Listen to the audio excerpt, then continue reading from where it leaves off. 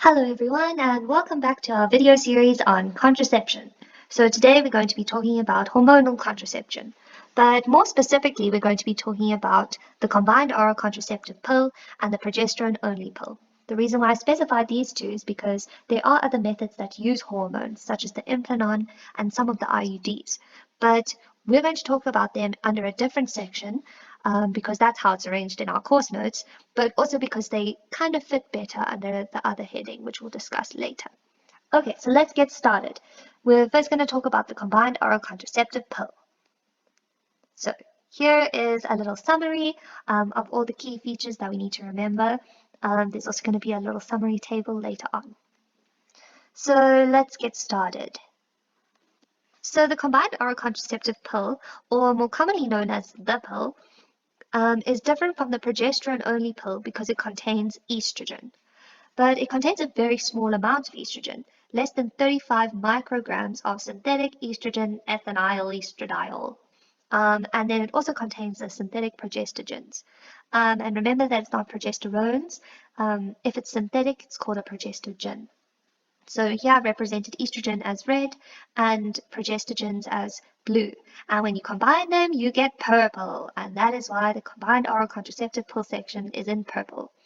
Later on, the progesterone-only pill section will be in blue.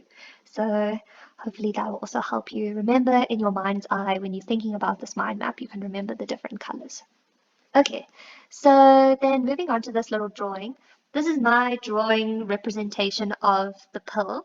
And so what this is supposed to be is how, you know those little foily things that come in the packet and then you pop the pills out? So yeah, this is my interpretation of it. And so most pills come in a pack, or most of the combined oral contraceptive pills come in a pack of 28. And it has 3 rows, which make up 21 pills, that are active pills, and then 7 pills which are inactive. Now, the active pills here are represented by the pink pills, and they contain the progestogen and the estrogen. And then the white pills over here, they represent inactive pills, and they don't contain any hormones. So these are called the inactive pills, but I've written here placebos, but inactive pills is probably the more correct term. All right, so you might be saying, why are they even here if they just contain nothing? Well, the reason is because if I'm taking the pill, it's very important to remember to take it every day at the same time. So now I've been taking it every single day for 21 days, and now all of a sudden I have to remember that I must skip 7 days and remember to start taking it again after that. So that's quite difficult. So these are just here for convenience and to help with compliance and just remembering to take it every single day. So during these 7 days, that's when your period will take place because now you no longer have those progestogens which are maintaining your endometrial lining. And so it'll get shed and that's when you'll have your period. So some brands of the pill actually don't have this row. They just have the 21 active pills and then you must remember to skip it for 7 days. So the reason why I'm going through all of this is because it's quite important to inform your patient because it's not that easy if you've never done it before. Then over here is a green highlighted section. And most of the pill packaging does have this green highlighted section. And what it is to indicate when you must start taking the pill. So like which pill I should start with. Because I mean, this is a continuous loop. So how do I know where to start? So the answer is it's in this green section. So how it works is, let's say I get my pills on a Monday.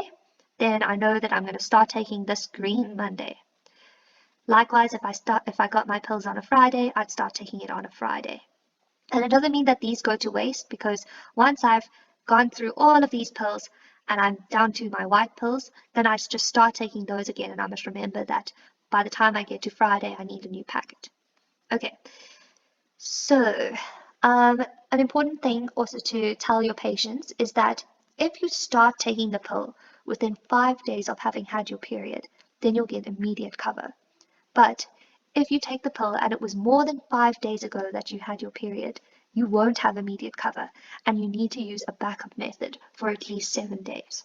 So either way, let's say I get my pills on a Monday and I had my period 2 days ago.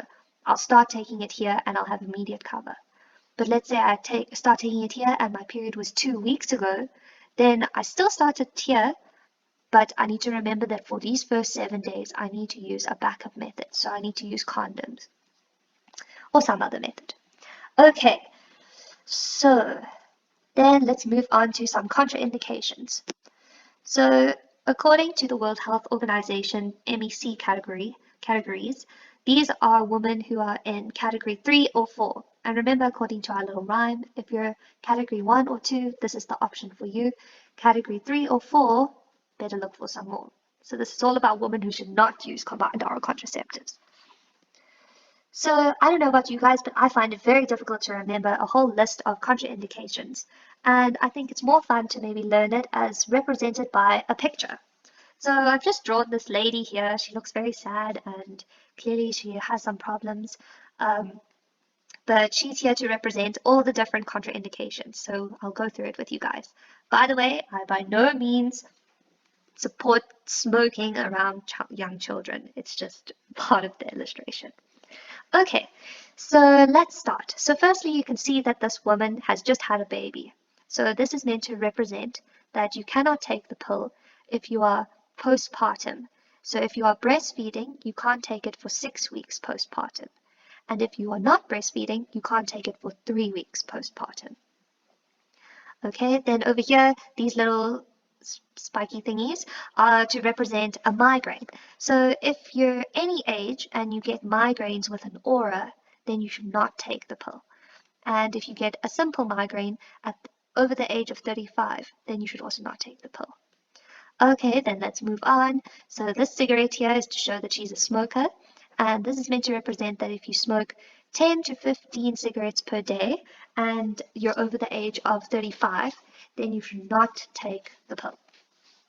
Okay, then this Coke can over here is to represent that if you've had diabetes for over 20 years or diabetes with any vascular complications, then you cannot take the pill.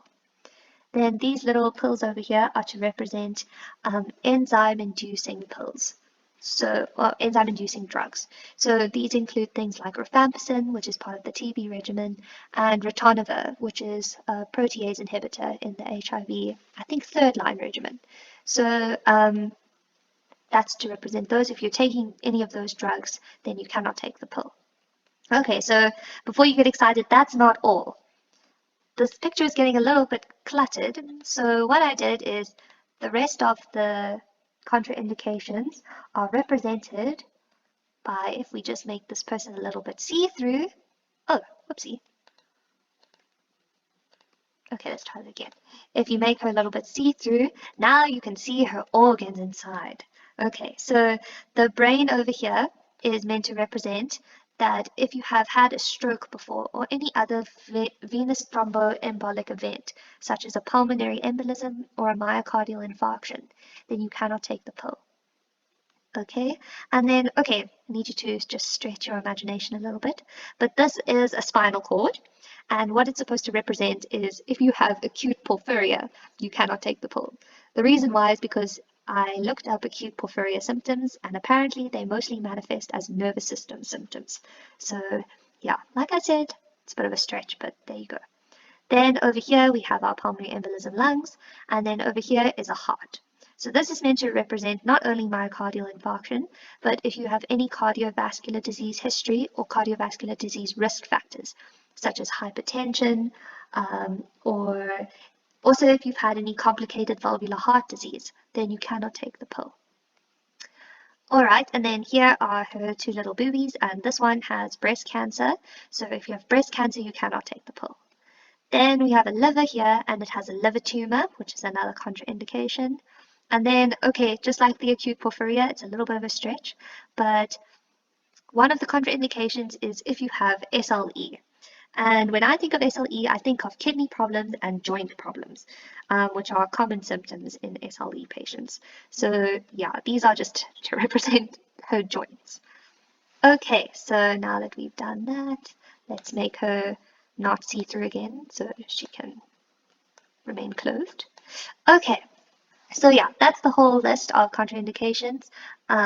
It is also listed in our course notes if you prefer to learn it from a list.